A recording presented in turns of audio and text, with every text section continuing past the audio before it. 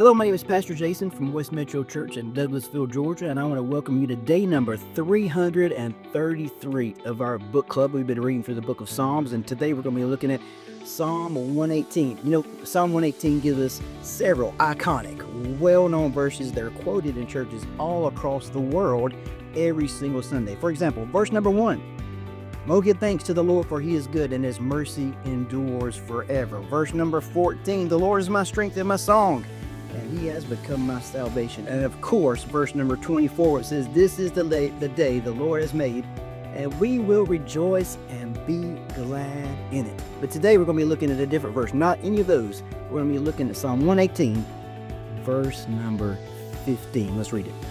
Shouts of joy and victory resound in the tents of the righteous. The Lord's right hand has done mighty things.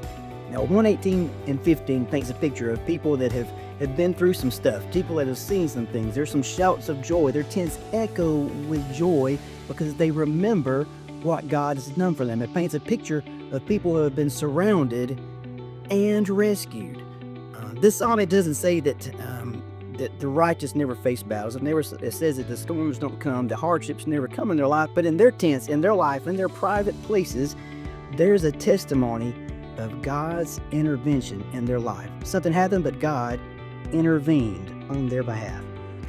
So check this out. There was a village a long time ago with two families live in. We're going to call these families the Brenners and the Brunches, right? One family, the Brenners, they had a fire going at all times. Their fire, though, was a fire of warning. It was a fire that warned people of the village that a storm was coming. It warned people of the village that wolves were coming. They had seen them. They had warned people.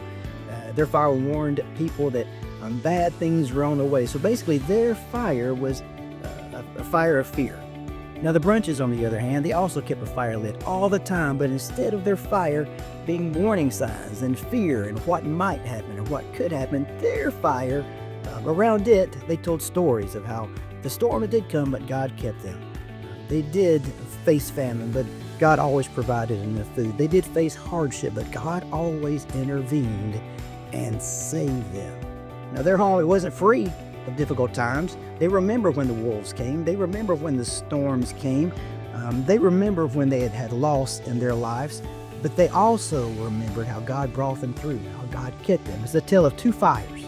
Now, the Brenner's fire sent up smoke of fear and worry and doubt and speculation, while the Brunch's fire, they sent up smoke of faith. They sent up smoke of testimonies how God had overcome. Now one evening a storm did come, a large storm with thunder and lightning and hail. It was very violent, and the Brenner started sending up smoke signals of fear, smoke signals the storm is coming, the smoke signals that this is going to be the worst disaster we've ever had.